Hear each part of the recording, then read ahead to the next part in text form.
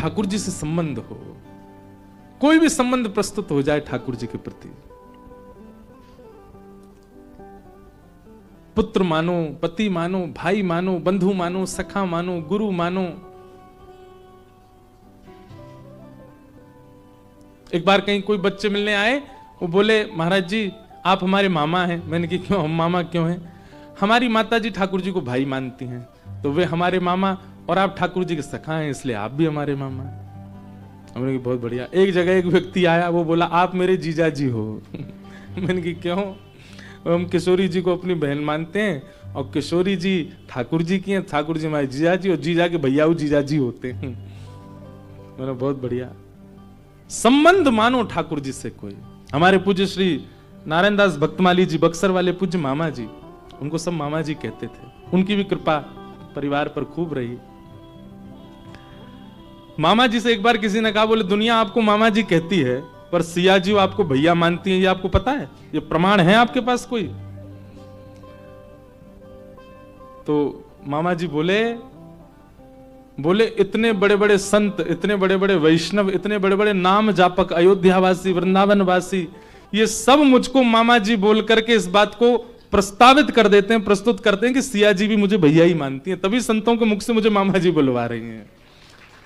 इन संतों का वक्तव्य ही इस बात का प्रमाण है कि सिया जी मुझे अपना मामा मानती, भैया मानती, बक्सर वाले पूज्य मामा जी। तो संबंध ठाकुर जी के प्रति आपका होना चाहिए, और वह संबंध दिखावे का नहीं होना चाहिए। कई लोग दिखावा कर बैठते हैं। एक जगह मैं कहीं गया था किसी के घर, तो जिनके घर गया वो मुझसे बोले, आओ महाराज जी अपने बड़े बेटा से मिलवाऊं, ये मेरा छोटा बेटा, ये मेरा सबसे छोटा बेटा, ये मेरी छोटी बहू, ये सबसे छोटी बहू, बड़े बेटा से मिलने आपको चलना पड़ेगा, बहुत आलसी हो गया है। मैंने कहा भैया ऐसा कौन सा बेटा? वो ले गए मंदिर में, और ठाकुर जी, ये खड़ा मेरा बड़ा बेटा, और मेरी बहू है बगल में। मुझे थोड़ा सा पीड़ा हुई चित्त में। अब उनसे तो बोला नहीं मैं, पर मेरे मन में एक भाव आया कि अगर संबंध है तो प्रदर्शन नहीं होता। जिस संबंध का झंडोरा पीट दिया जाए, प्रदर्शन कर दिया जाए, दिखावा कर दिया जाए, वो प्रदर्शन, फिर वो संबंध शुद्ध नहीं रहता। आप महादेव को जिस दृष्टि से देखते हो, अपने तक गोपनीय रखो। जब लगे कि हाँ ये अनुभवी है और इसके सामने हम बता सकते हैं, वहीं कहिए। सब जगह बोलते मत घूमिए, सब जगह बताओ मत, नहीं तो रही मन धागा प्रेम का, मत टोरो चटकाए, टूटे से फिर ना जुड़े गांठ पड़ जाए। तो ये चटका करके तोड़ना एक प्रकार से प्रदर्शन करना प्रेम का, यह भी है। ठाकुर जी से कोई संबंध मानो, ठाकुर जी से एक संबंध आपका हो, और उस संबंध के बाद उसको गोपनीय चित्त में धारण करके रखो, पर संबंध मानो। अच्छा एक और बात, आपके मानने से काम नहीं बनेगा। कथा श्रवण कीजिए, सप्ताह पूरा श्रवण करने के बाद ठाकुर जी से ही नित्य दर्शन कीजिए, और दर्शन करके अपने मन से प्रकट मत कीजिए कि आप मेरे ये हो, नहीं। नित्य दर्शन करते करते करते करते अपने आप ही भाव निर्मित होगा, आपको वह उसी रूप में दिखने लग जाएं। जिस भी भावना से आप देख रहे हो, उस भावना में ठाकुर जी दिखने लग जाएं, तब संबंध प्रस्तावित करो। अपने आप ठाकुर जी से मत कहो कि मेरे पुत्र नहीं है, मैं तो आपको अपना पुत्र मानता हूं, नहीं। अपने आप ठाकुर जी उसी भाव में दिखने लगे। जब भी उनको दिखें तो वात्सल्य भाव प्रकट होने लग जाए, तब मानो आपका संबंध है। संबंध वैद्यम वास्तवमत्र वस्तु शिवदम तापत्रयो मूलनम। ठाकुर जी से आपका एक संबंध बने, और वो संबंध भी कैसा हो? कल्याणकारी, कल्याण करने वाला हो। तापत्रयोन्मूलनम, विषय, अधिकारी, संबंध, और अंतिम बात आई प्रयोजन।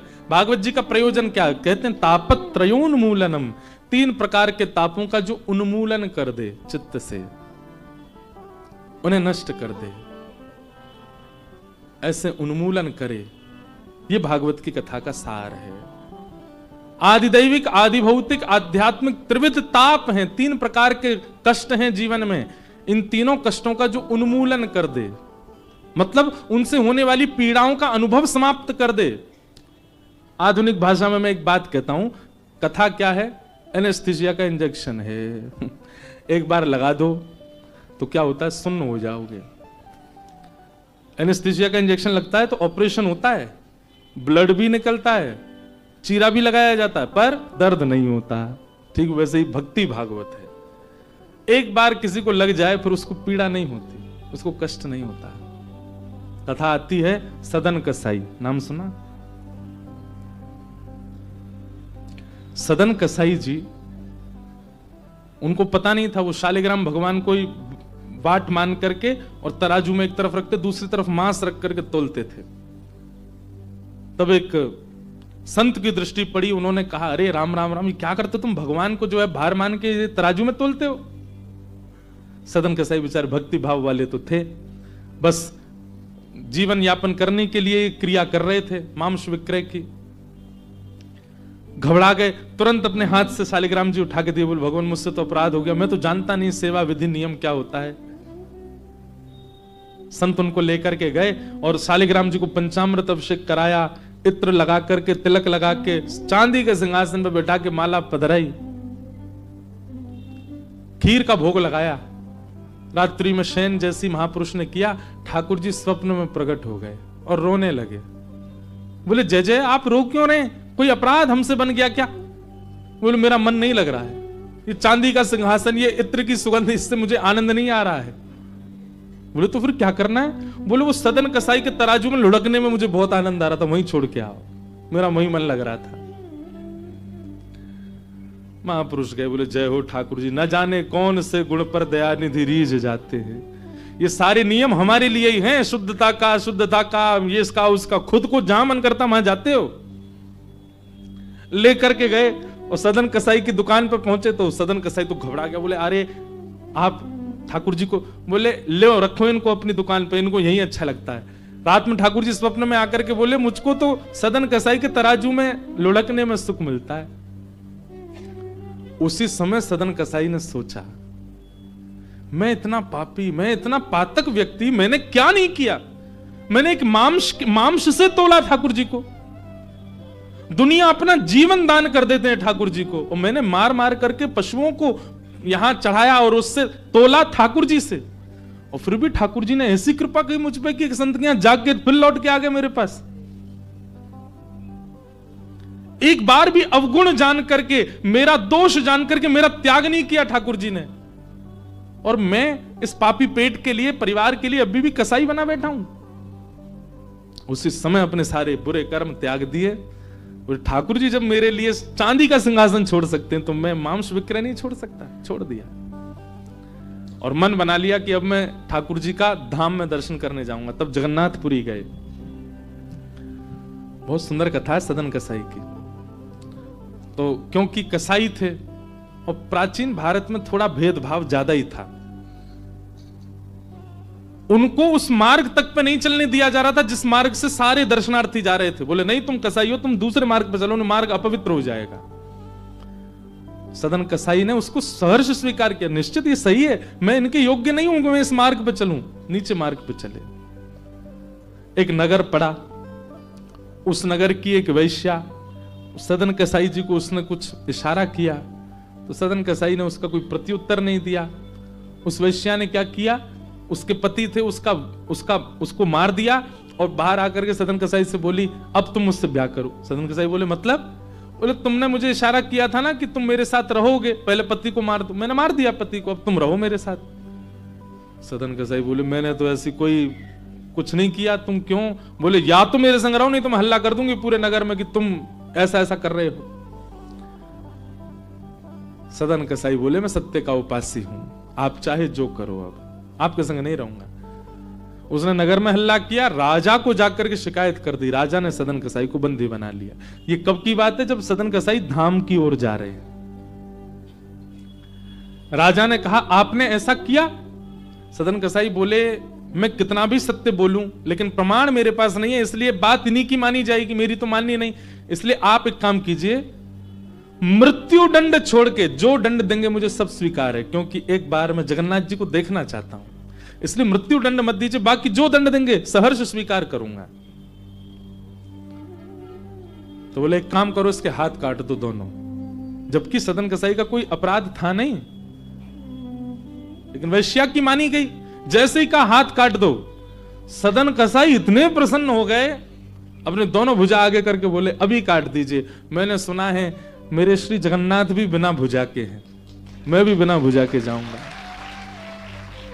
जब मेरे नाथ की भुजा नहीं है तो मैं भुजा, अब अभी तक मुझे लग रहा था शायद मैं अपूर्णता से जा रहा हूं, लेकिन आप मेरी भुजा अभी काट दीजिए, तभी मुझे अनुभव हुआ कि अब मैं पूर्ण होके जा रहा हूं, जैसे मेरे नाथ वैसा मैं। दोनों भुजा काट दी, क्या पीड़ा नहीं हुई होगी सदन कसाई को? लेकिन यही बात है, भक्ति जब अपनी चरम स्थिति में आती है ना, तो आपको सांसारिक और दैहिक पीड़ाओं का अनुभव होना बंद हो जाता है। आप उस पीड़ा की शिकायत दुनिया से नहीं करोगे कि ये कमी, ये पीड़ा, ऐसा।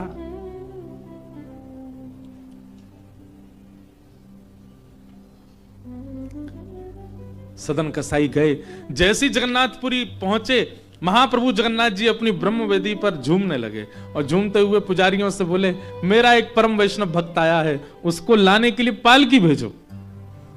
और पुजारी भी इतनी जल्दीबाजी में पूछा ही नहीं कि उसका रूप हुलिया कैसा, ये तो बताओ। पालकी लेके दौड़े, हजारों दर्शनार्थी आ रहे जगन्नाथपुरी। पालकी लेकर के पुजारी जन बोले भैया जगन्नाथ जी ने पालकी भिजवाई है, कोई उनका परम वैष्णव भक्त आया है, कृपा करके वो पालकी में बैठ जाए। अब ये बात कही तो महाराज पालकी में बैठने वालों की भीड़ लग गई वहां पे, सब अपने गिनाने लगे, बोले हम 2 लाख नाम जप रोज करते हैं, हमसे बड़ा वैष्णव कोई नहीं होगा। कोई कहने लगा हमने इतनी साधना करी है, इतना व्रत किया है, इतना नियम किया है। सब अपने क्रम गिनाने लगे। दूर खड़े सदन कसाई बोले मैं तो महापातक हूं, मेरे लिए थोड़ी पालकी आएगी, मैं कोई श्रेष्ठ थोड़ा ही हूं। भीड़ इतनी लग गई, पुजारी दोबारा दौड़ के गए मंदिर में, बोले भगवान वहां तो लाखों की भीड़ लग गई पालकी में, अब आदमी पैदल जा ही नहीं रहे, वो कह रहे हम पालकी में ही जाएंगे। आप बताइए तो कौन सा है वैष्णव? तब जगन्नाथ जी बोले वो मेरे जैसा ही होगा, उसके हाथ नहीं होंगे, मेरे जैसी भुजा होंगी उसकी, रक्त प्रवाहित हो रहा होगा, दूर खड़ा होगा अपने आप को पातक मान के, वही है। पुजारी जन जैसे ही दौड़ करके, वहां लाखों की भीड़ खड़ी, दूर खड़े हैं बिना भुजा के सदन कसाई। पुजारी गए, बोले तुमको ही बुलाया जगन्नाथ जी ने। सदन कसाई इतना रोए पालकी में बैठते समय, बोले मेरे प्राण क्यों नहीं निकल रहे हैं? क्यों? क्योंकि मुझ जैसा अधम नहीं होगा इस संसार में, पर कृपानाथ की कृपा देखो, अभी भी चूक नहीं रहे हैं कोई कृपा करने में। और महाप्रभु जी के सामने जाकर के सदन कसाई ने जैसे ही दंडवत किया, ब्रह्म वेदी पर श्री जगन्नाथ जी ऐसे झूमने लगे। सदन कसाई को देख के आनंदित हो गए।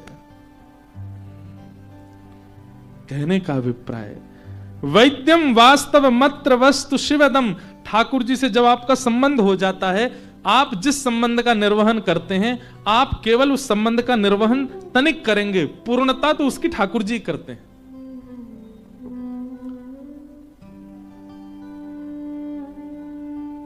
और फिर मिलने वाली जितनी भी सांसारिक पीड़ाएं हैं, उन पीड़ाओं का अनुभव नहीं होता, आप शून्य जैसे हो जाओगे।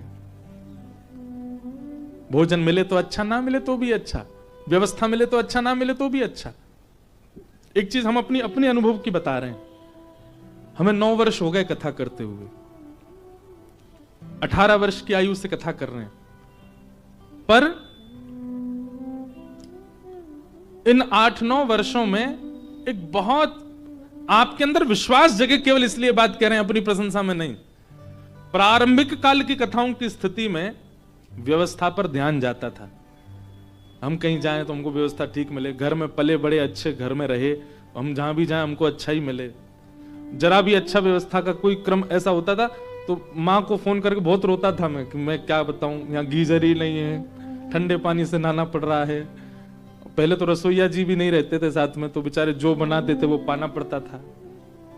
बहुत कुछ देखा, मतलब इतना नहीं, सब कथा वक्ताओं ने बहुत कुछ देखा, पर हम अपनी स्थिति बता रहे हैं। पर ज्यों-ज्यों कथा क्रम में आगे आते गए, अब ये स्थिति है, बहु व्यवस्था से बहुत प्रसन्नता भी नहीं और सूक्ष्म व्यवस्था से परेशानी भी नहीं। अपने आप ये अनुभव कथा करते करते होने लगा।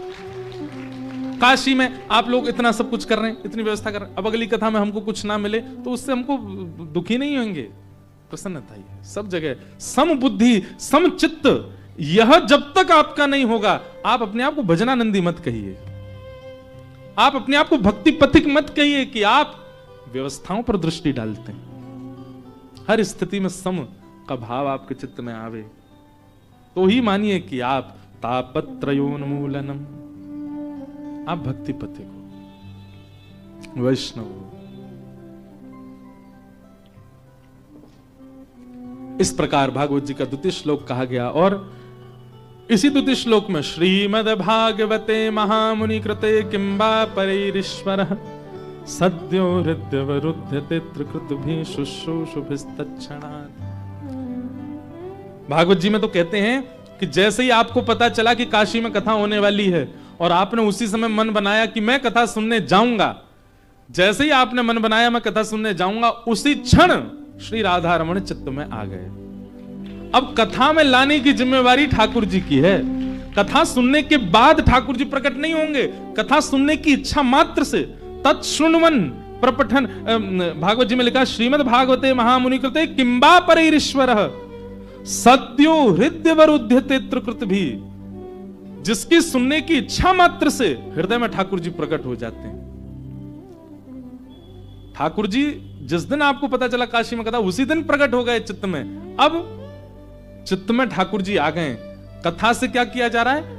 चित्त का मार्जन किया जा रहा है, चित्त को ठाकुर जी के अनुकूल बनाया। ठाकुर जी अब अव्यवस्था में ही आ गए, लेकिन इन कथाओं को सुनकर के जो चित्त का मार्जन कर रहा होगा वहां ठाकुर जी डट जाएंगे। और 7 दिन के बाद भी मार्जन नहीं किया गया हो, ठाकुर जी प्रस्थान करेंगे। बोले बहुत बढ़िया भैया, कचुदना रहे तेरे चित्त में, तेने सफाई करी नहीं, बाकी तेरे सामने व्यास जी आ गए, कथा सुनाई, संकीर्तन सुना, फिर तू वैसो कोई वैसो ही रहो। ठाकुर जी प्रस्थान करेंगे। इसलिए अवसर है कथा, इसको गवाइए नहीं, गोता लगाइए और पवित्र करिए। बना करके हृदय में हम प्रेम मंदिर, बना करके हृदय में हम प्रेम मंदिर, वहीं उनको झूला झुलाया करेंगे, वहीं उनको झूला झुलाया करेंगे। कन्हैया कन्हैया पुकारा करेंगे, लताओं में ब्रज की गुजारा करेंगे।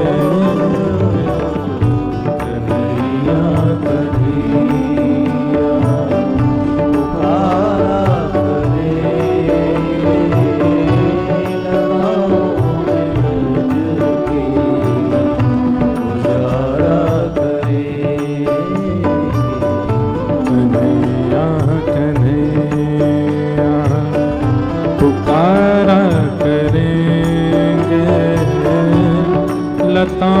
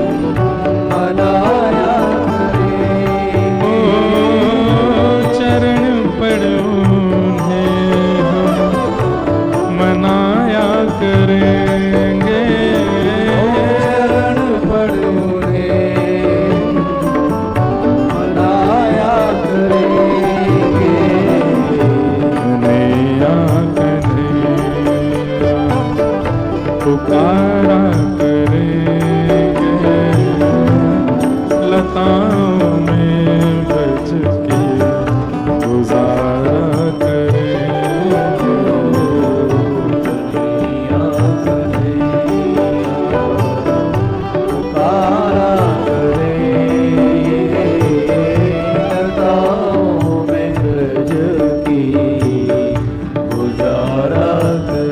कथाओं की दो पद्धति बताई जाती, एक तो नारद पद्धति और एक व्यास पद्धति।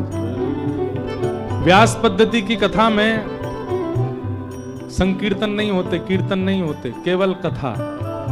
और व्यास पद्धति की कथा में कथा विश्राम भी नहीं होती, एक दिन प्रारंभ हुई अब वो 9 दिन तक अनवरत चलेगी, अखंड रामायण पाठ की तरह। लेकिन नारद पद्धति में श्रोता वक्ता के अनुकूल से कथा प्रारंभ होती है, दोनों की अनुकूलता से कथा विश्राम होती है, कीर्तन भी होते हैं, संकीर्तन भी होते हैं, करताल भी होती है, नृत्य भी होता है, सब होता है। इसलिए नारद पद्धति की कथा करताल बजा करके कीर्तन का सम्मान करो, कीर्तन का भाव करो। कन्हैया कन्हैया पुकारा करेंगे लताओं में बज के गुजारा करेंगे। कन्हैया कन्हैया पुकारा करेंगे लताओं में बज के गुजारा। श्री राधा रमण लाल की।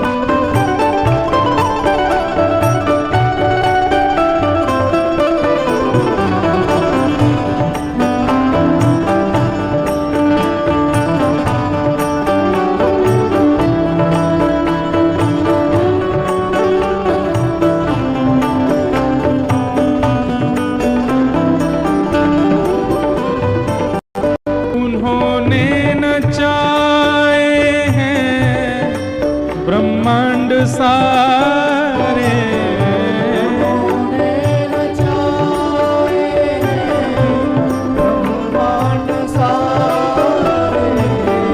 उन्होंने नचाए हैं ब्रह्मांड सारे,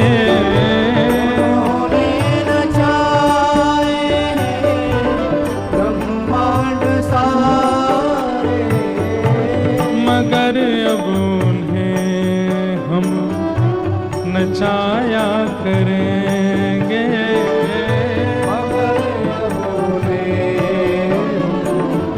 नचाया करेंगे। कई लोग इस भाव पर कह सकते हैं कैसी बात है, ठाकुर जी को नचाने की बात कर रहे हैं मंच से बैठ करके।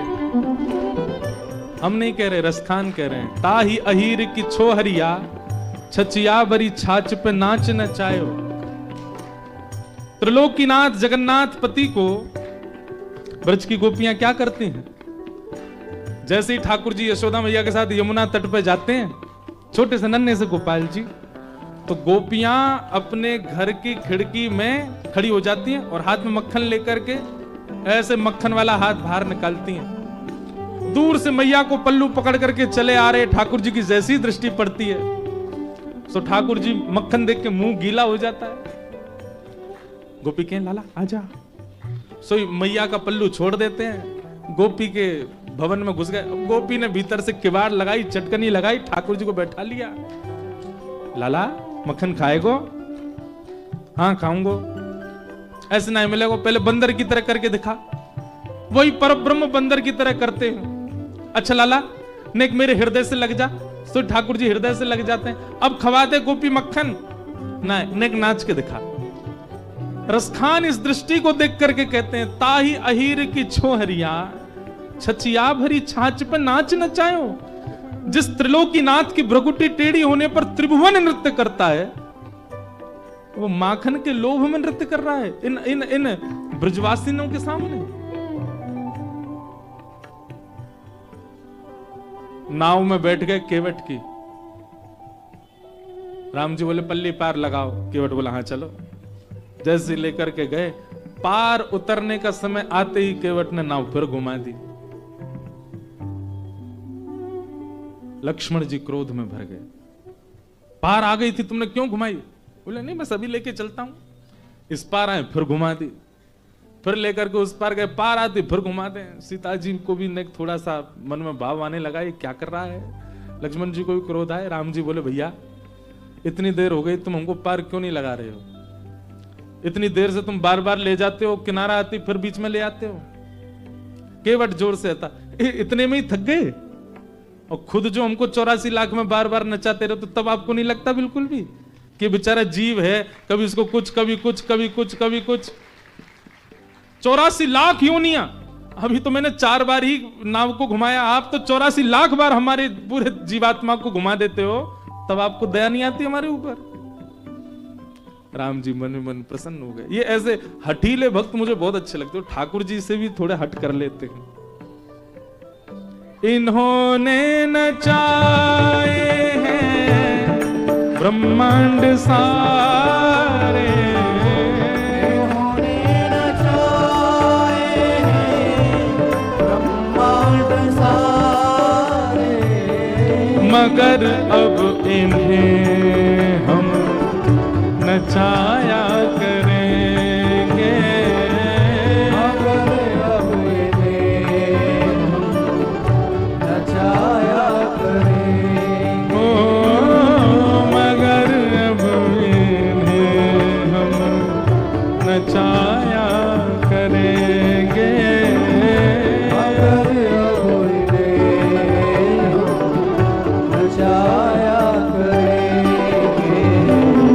कन्हैया कन्हैया पुकारा करेंगे, लताओं में ब्रज की गुजारा करेंगे। कन्हैया कन्हैया पुकारा करेंगे,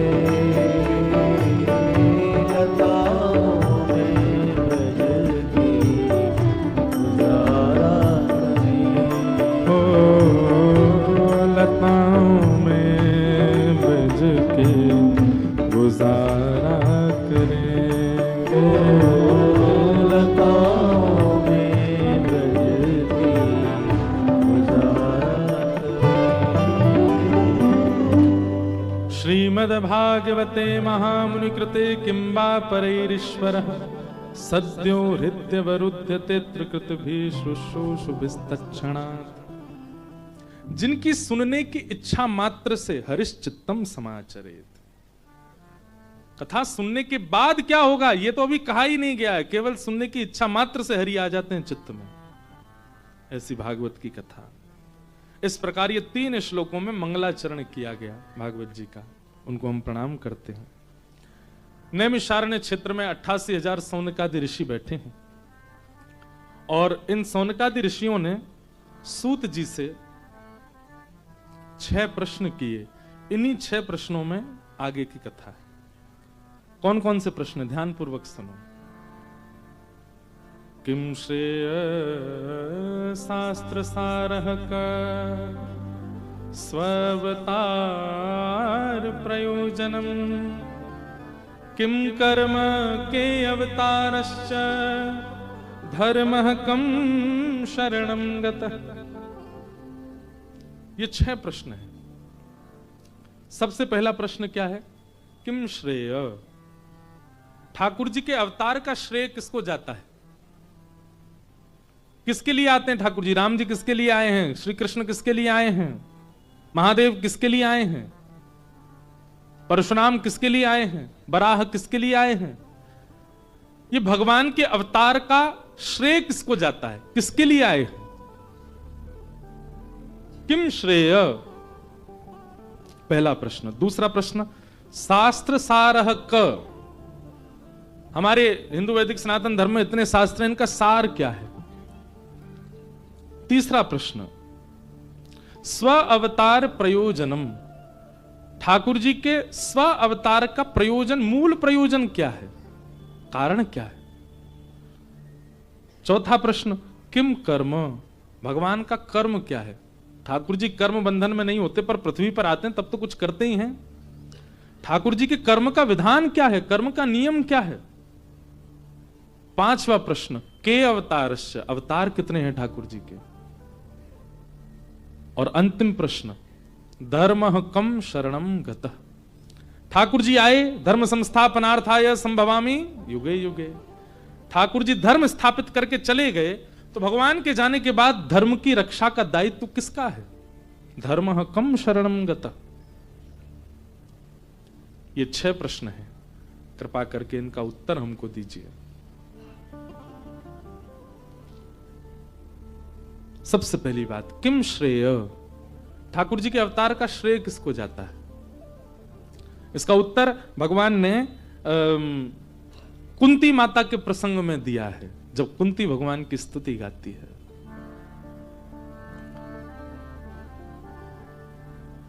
भगवान कहते हैं मेरा अवतार किसी राक्षस वध के लिए नहीं है, केवल एक लीला प्रस्तुत करके आगामी जनमानस को उस लीला के द्वारा जीवन में संभलने संवरने के कुछ तरीके, तौर तरीके बताने के लिए होता है।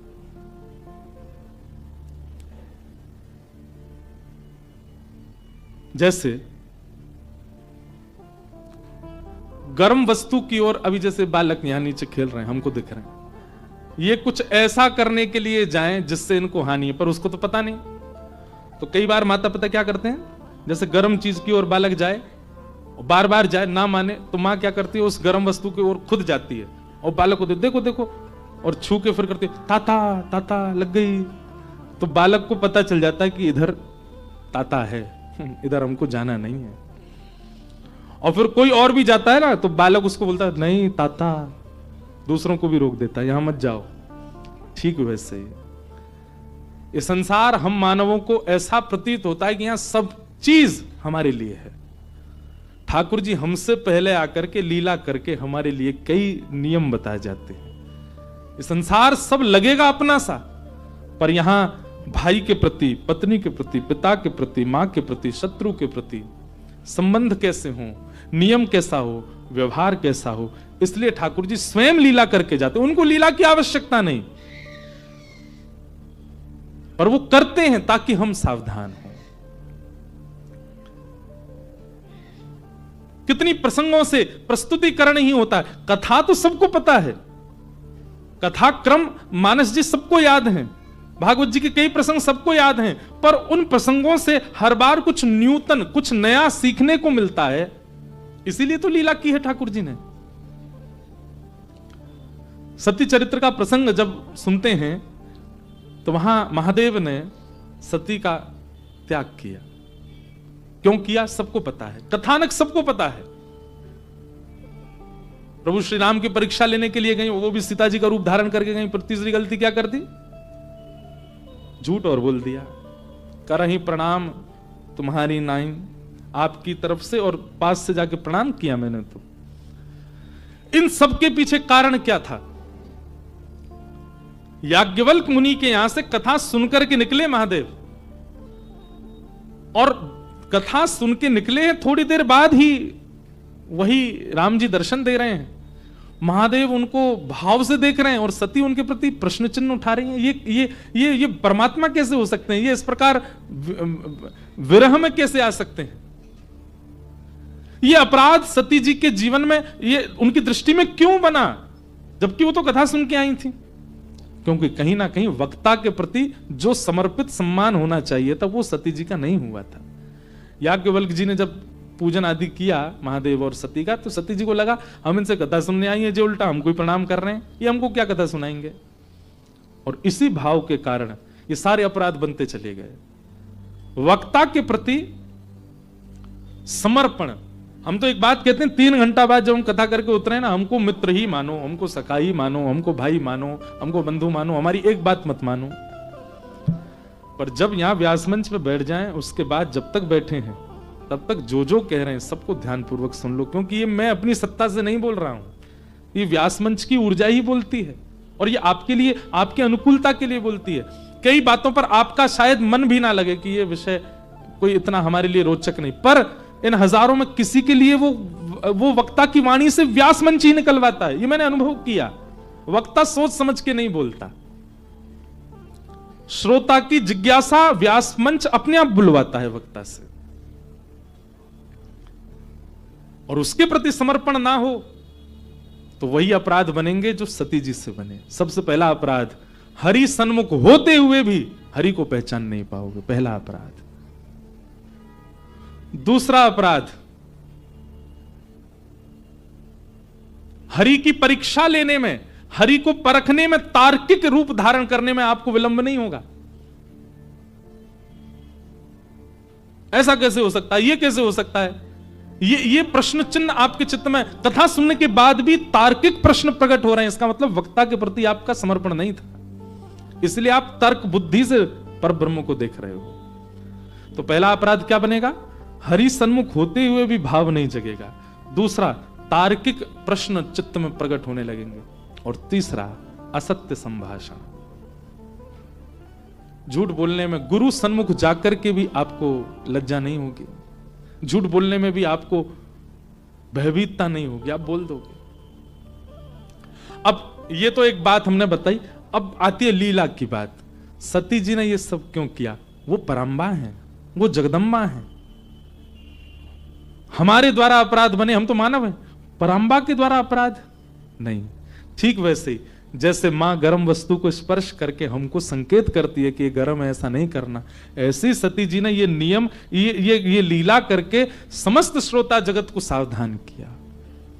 वक्ता के प्रति ये अपराध आपसे बनना नहीं चाहिए, कथा के प्रति अपराध नहीं बनना, नहीं तो महादेव के सन्मुख होते हुए भी, महादेव के इतने समीप होते हुए भी, और महादेव के 3-3 बार संकेत करने पर भी तुम हरि को देख नहीं पाओगे। ये लीला हमको सावधान करने के लिए हुई। और इसका प्रसंग आता है कि जब महादेव ने सती जी का त्याग करने का संकल्प लिया तो आकाशवाणी हुई, और आकाशवाणी में देवता भूरी भूरी प्रशंसा करने लगे, महादेव आपके संकल्प की हम प्रशंसा करते हैं। तब सती कहती हैं, आपने ऐसा कौन सा संकल्प किया जिसकी इतनी प्रशंसा हो रही है? महादेव बोले, कुछ नहीं किया। क्या था? त्याग किया सती का।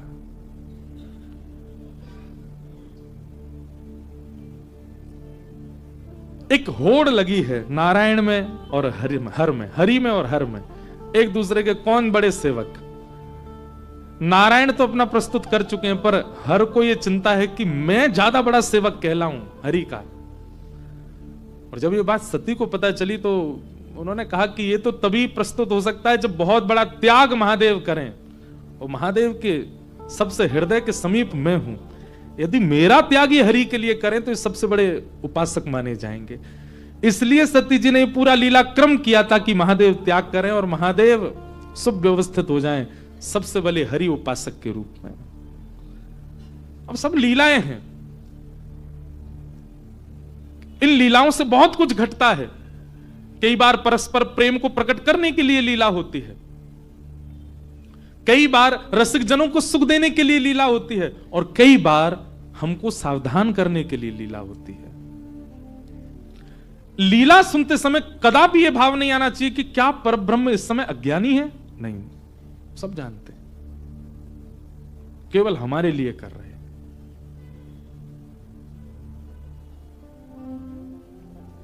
अब ये तो थी सावधान करने वाली लीला, ये तो थी महादेव को प्रसन्न करने वाली लीला। अब रसिकजनों के लिए भी ठाकुर जी लीला करते हैं। कैसी लीला कर रहे हैं? सूरदास जी वर्णन करते हैं,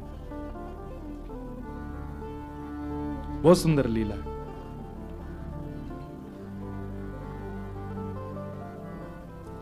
गाएंगे नहीं, केवल सुना देते हैं। खेलन के मिस कुंवर राधिका, नंद महर के आई हो, सूरदास जी वर्णन कर रहे हैं, ध्यान से सुनना। पूरी लीला नहीं सुनाएंगे, किसी और दिन सुनाएंगे। ठाकुर जी और किशोरी जी का प्रथम मिलन हुआ यमुना तट पर, और यमुना तट पर मिलने के बाद ठाकुर जी पहली बार मिले किशोरी जी से। और वैसे तो नित्य दोनों संगी रहते हैं, पर हम रसिकों को सुख देने के लिए एक प्रथम मिलन की लीला का विस्तार किया।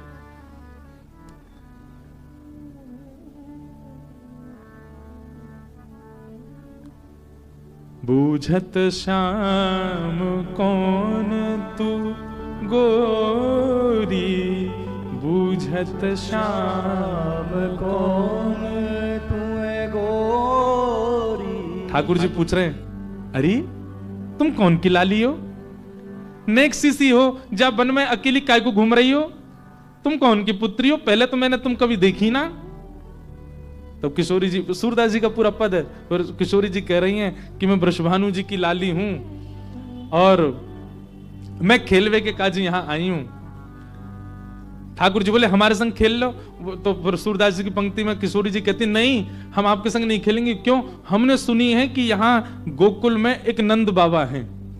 ठाकुर जी बोले अच्छा, उनका एक चोर लाला है, वो चोरी करता है, और पता नहीं वो काय बात की चोरी कर ले जाए, या हमारे हमें पता तो नहीं आप कौन हो, या हमारे आपके संग नहीं खेलेंगे। ठाकुर जी बोले झूठी झूठी बात फैला रखी, वो नंद जी को लाला, वो तो बड़ा सुधरा भयो है, बहुत बढ़िया है, वो तो ऐसा ना है। अपनी प्रशंसा ठाकुर जी कर रहे हैं। बहुत विस्तृत पूरी 4 घंटे कथा हो जाए, इतनी बड़ी लीला है, तो शॉर्ट में हम सुना रहे हैं। लेकिन ठाकुर जी से जो चर्चा हुई, उस चर्चा में ठाकुर जी ने नेत्र ऐसे घुमाए कि श्री जी को अब ठाकुर जी दिख रहे हैं सब जगह। श्री जी जाते जाते बोले अच्छा अपना नाम तो बताओ। ठाकुर जी बोले कुंवर कान, मेरा नाम कहा है कुंवर कान। श्री जी नेक दूर गई, फिर अरे मैं तो भूल गई, कहा नाम बतायो। अरे श्यामाजू, ये कहा है बताइयो। बोले कान। बोले यही कुंवर कान मेरा नाम है, जब भी कान पकड़ो मेरा नाम भूल जाओ तो यही पकड़ कहियो कुंवर कान। श्री जी बोले ठीक है। ठाकुर जी ने अपने पता वत्ता सब बता दिए, कभी खेलने आने को मन हो आ जाइयो। तब सूरदास जी एक पंक्ति का वर्णन कर रहे हैं, खेलन के मिस कुंवर राधिका, नंद महर में आई हो। किशोरी जी खेलने आई हैं। सकुच सहित मधुरे करी बोली, घर में कुंवर कन्हाई हो। ठाकुर जी द्वार पर आ गई हैं किशोरी जी, द्वार पर आकर के संकोच में छोटी सी श्यामा जो पूछ रही है, अरे कुंवर कन्हैया, कुंवर कान, ये कुंवर कन्हैया कोई घर है, वो यहां है कि नहीं है? आहा, सुनत श्याम कोकिल समबानी, सुनत श्याम कोकिल समबानी, निक से अति अतुराई हो, निक से अति अतुराई हो। जैसी सुनी शब्द सुनकर के महाराज, अतुराई मतलब स्थिति को संभाले भी नहीं। जैसे कोई घर मेहमान आ जाए, हम बाल ठीक करते हैं, मुंह ठीक कर, ऐसे नहीं, जा स्थिति में वही में भागे ठाकुर जी मिलने के लिए। और क्या कह रहे हैं सूरदास जी, माता सो कछु करत कलह है। ठाकुर जी जब श्री जी आई हैं द्वार पे, उस समय मैया से लड़ रहे थे, यशोदा मैया थे। काय बात पे लड़ रहे? बोले मैया अब मेरी उम्र है गई है, मेरा ब्याह कराए दो। मैया बोली कितने साल को है तू? मैया 3.5 वर्ष को है, अब का बुढ़ापे में करूंगा ब्याह, अब मैया करा दे मेरा ब्याह। मैया बोली लाला तू इतना बड़ा हो? हाँ मैया देख, कछु महीना पहले तक मुंह पे चलवो ना आया तो अब चलन लगो, बोलनो ना आया तो बोलन लगो, खान लगो, नहान लगो। अब मैया मैं पूर्ण योग्य है गया हूं, अब मेरा ब्याह कराया था। या बात पे लड़ रहे मैया थे। वही समय किशोरी जी आ गए।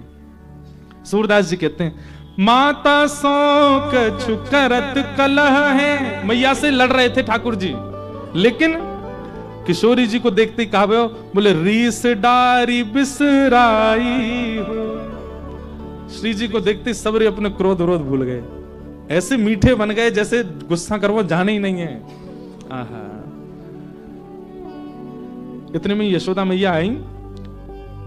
ठाकुर जी मूढ़ा लेके, मूढ़ा समझते हैं एक छोटा होता बैठने का मूढ़ा, ठाकुर जी तुरंत मूढ़ा लेके आ, मैया ले बैठ जा। मैया बोली अभी तुम तो इतना लड़ रहे हो, अब इतना सेवक बन गो मेरो, कौन है जी छोरी हैं प्यारी सी खड़ी का सामने।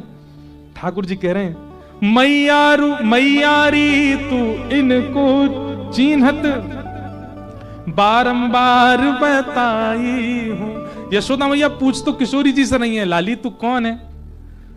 मैया पूछ किशोरी जी से रही है, उत्तर ठाकुर जी दे रहे हैं। मैया करी लाली तू कौन? मैया जी ब्रजभानु जी की लाली है। कौन से गांव में रे? ठाकुर जी मैया जी बरसाने में रे वे। तू कितने बरस की है? मैया मोते 1 साल ही बड़ी है। तू चुप रह जाएगा नेक देर, तू क्यों बोल रहा हो, मैं बात पूछ रही हूं। ठाकुर जी अपने आप ही उत्तर दे रहे हैं। अब ये लीला ये किसी को सिखाने के लिए नहीं है, ये रसिकों को सुख देने के लिए। हमारे ब्रज के रसिक जन, अरे रसिकन की छोड़ो महादेव, वो इन्हीं लीलाओं में ही डूबे रहते हैं। श्यामा श्याम पर ब्रह्म होने के बाद भी ऐसे समत्व भाव में आके लीला कर रहे हैं। मैया बोली यहां पे आ, बहुत देर रह गई तो, इतनी देर तक यही को तो कैसे मिली जी? तो कहां को मिली बताइए ना। तब ठाकुर जी कह रहे हैं जमुना तीर के लही में भूलियो बाह पकड़ ले आई हो। जय हो। ठाकुर जी क्या कह रहे हैं? मैया कल जमुना के तट पे खेलते खेलते मैं नंद भवन को रास्ता भूल गो, तब मेरो हाथ पकड़ के जय मुंह को लेके आई कि जय आपको घर यहाँ है नंद भवन। अब मैया परोपकार करने वाले के प्रति तो सदा न्योछावर रहना चाहिए। कल अगर जे मुंह को लेके नहीं आती मैया, जन कहां खो गए हो तो, कौन बाबा जी मुंह को झोली में डाल के ले गए हो तो, मैया तू बिना बेटा की रह जाती।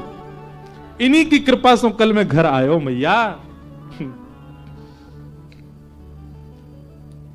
आहा सूर श्याम ऐसे गुण के आगर, सूर श्याम ऐसे गुण के आगर, नागर बहुत रे झाई। ठाकुर जी की ऐसी बातें सुनकर के किशोरी जी खूब रीझ रही, खूब आनंदित हो रही। अब इस लीला का प्रकरण किस लिए है? रसिकों को सुख देने। भक्ति की चरम स्थिति जब आ जाती है ना, आप ज्ञान वैराग्य और भक्ति तीनों सोपान जब आप पार कर जाते हैं, तब आप रसिकों की श्रेणी में आते हैं। तब आपको ज्ञान से इतना अभिप्राय नहीं होता, आपको वैराग्य से इतना अभिप्राय नहीं होता, आपको संसारी व्यवस्था भावों से इतना अभिप्राय नहीं होता। फिर तो आप लीला में ही खोए रहते हो, डूबे रहते हो। तो ठाकुर जी का अवतार किन किन कारणों के लिए है? सबसे पहला तो परस्पर प्रीति, देवों की जो आपस की प्रीति है उसके वर्धन के लिए। दूसरा मानव सावधान, हम मानवों को सावधान करने के लिए ठाकुर जी की लीला है। और तीसरा रसिक आनंद, रसिक जनों को आनंद देने के लिए ठाकुर जी की लीला है। प्रभु श्री राम भी अपनी अंतरंग लीलाओं में ऐसी कई लीला करते हैं जिसको सुनकर के रसिक जन आनंदित होते हैं। हनुमान जी जब तक सूर्य उदय है तब तक तो अपने रूप में रहते हैं, पर जैसे सूर्यास्त होता है, राम जी जैसे कनक भवन में जले जाते हैं, राम जी भी चारुलता नाम की सखी बन के भीतर जाते हैं। फिर वहां एक अलग रसिकों के भाव प्रकट होते हैं। वो रसिकों की चर्चा सबके मध्य कहने की नहीं है, उसके लिए रसिक स्थिति होनी चाहिए। वहां परस्पर प्रीति प्रेम के भाव प्रकट होते हैं ठाकुर जी के। तो भगवान का अवतार का श्रेय किसको जाता है? जो पहला प्रश्न है, पहला श्रेय प्रेम को जाता है, दूसरा श्रेय हम मानवों को जाता है, और तीसरा श्रेय रसिकों को जाता है। राक्षसों का तो नाम ही नहीं है यहां पर, उनके लिए नहीं आए हैं ठाकुर जी। वाल्मीकि रामायण में भगवान श्री राम कहते हैं, बोले रावण को मारने के लिए वानरों की सेना की जरूरत नहीं है मुझको। तो बोले जितनी देर में लक्ष्मण जी अपनी पलक झपकाते हैं ना, इतने से भी कम समय में मेरी इच्छा हो जाए तो रावण को यहीं बैठे बैठे मार दूंगा मैं। मेरी इच्छा हो जाए तो रावण जन्म ही नहीं लेगा। ये रावण जन्म भी इसलिए है ताकि अयोध्या से लंका तक की यात्रा में मध्य में जो रसिक जन मिलेंगे उनको सुख दिया जा सके, उनको अनुभव कराया जा सके।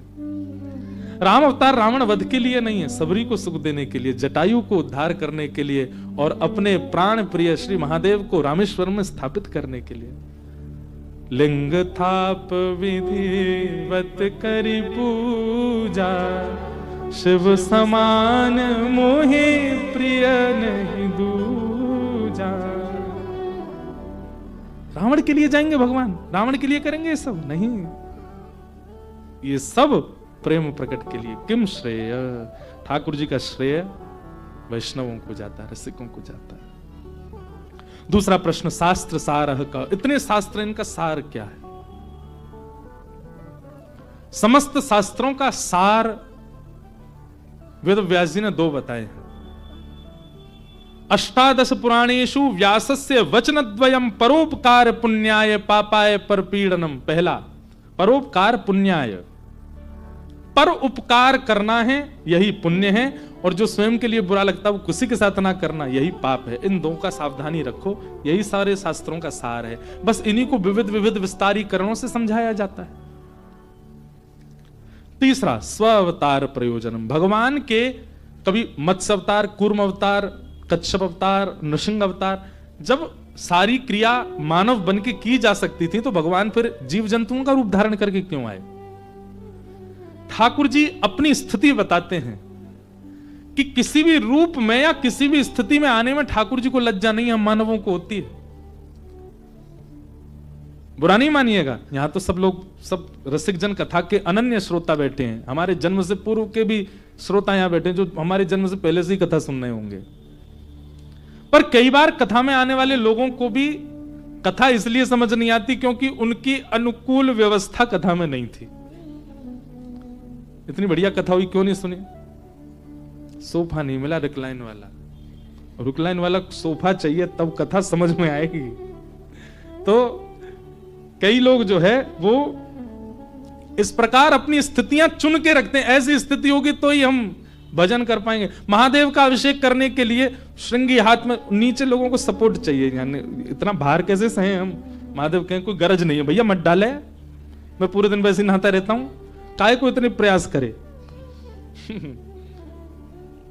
तो सबकी अपनी अपनी बातें हैं, लेकिन ठाकुर जी स्वयं को हर स्थिति में ढाल करके अपनी सर्वव्यापकता और सर्व प्रकार की स्थिति की स्वीकारिता का अनुभव कराते। इसलिए मत्स्य भी बने, कूर्म भी बने, कच्छप भी बने, नृसिंह भी बने, और सारी हदें पार हो गई जब बराह बन के आए, सूकर बन के आए। जितम जितम ते जित यज्ञ भावनः त्रयीम त्वनुम स्वाम परिधुन्वते नमः यद्रोम गर्तेषु निलिल्लुरध्वरः तस्मै नमः कारण सूकरायते। भगवान सूकर बन के आए। ठाकुर जी मानो हमको बता रहे हैं, बनते हो हमारे भगत, हमारी तरह हर स्थिति में उठने बैठने वाले बनो, हर स्थिति को स्वीकार करने वाले बनो। किम कर्म, ठाकुर जी का कर्म क्या है? केवल प्रेम का प्रचार प्रसार, बस। भगवान श्री कृष्ण की संपूर्ण लीला आप सुनेंगे, आपको एक बार भी ये सुनाई नहीं देगा कि अपने सिर पे हाथ धर के भगवान रोए, ऐसा क्यों हो रहा है मेरे साथ, नहीं। अपनी हर स्थिति को ठाकुर जी ने प्रेम से सहर्ष स्वीकार किया। किम कर्म, तो प्रेम स्वीकारीकरण। के अवतारश्च, भगवान के अवतार कितने हैं? कोई 10 कहता है, कोई 24 कहता है, पर भागवत जी में एक जगह लिखा अनुक्रमिष्यति बाल बुद्धि। भगवान कहते हैं कि मेरे इतने अवतार हैं कि आप पूरी पृथ्वी के मिट्टी के कण गिन सकते हो, पर मेरे अवतार नहीं गिन पाओगे, इतने अवतार। कहने सुनने के लिए 24 और 10 बताए जाते हैं, पर ठाकुर जी का इस समय हम काशी में बैठ के कथा सुन रहे हैं, कहीं अवतार हो रहा है, किसी के ऊपर ठाकुर जी कृपा कर रहे हैं? अनेक अवतार है, कोई गिनती नहीं है उनकी। धर्म, इसलिए जो समझ में आ जाए, जो सन्मुख आ जाए, उस अवतार को सुन लीजिए। इसके विवाद में मत रहो, कितने हैं, अनेक है। और अंतिम प्रश्न किया, धर्म कम शरणम गतः। भगवान धर्म स्थापित करके चले गए, भगवान के जाने के बाद धर्म किसकी शरण में गया? इस अंतिम प्रश्न का उत्तर आप लोग दोगे मुझे, और कब देंगे? 7वें दिन देंगे, जिस दिन कथा विश्राम होगी। तब तक हम कथा सुनाएंगे, सब प्रकार के भाव कहेंगे, और अंतिम प्रश्न का उत्तर आप देंगे, धर्म कम शरणम गतः। आज धर्म किसकी शरण में है? भगवान के जान। उत्तर तो वैसे भी पता है सबको, पर फिर भी एक होमवर्क है 7 डेज का। आज के मंगल कथा को मंगलाचरण और प्रारंभ के साथ यहां विश्राम देते हैं।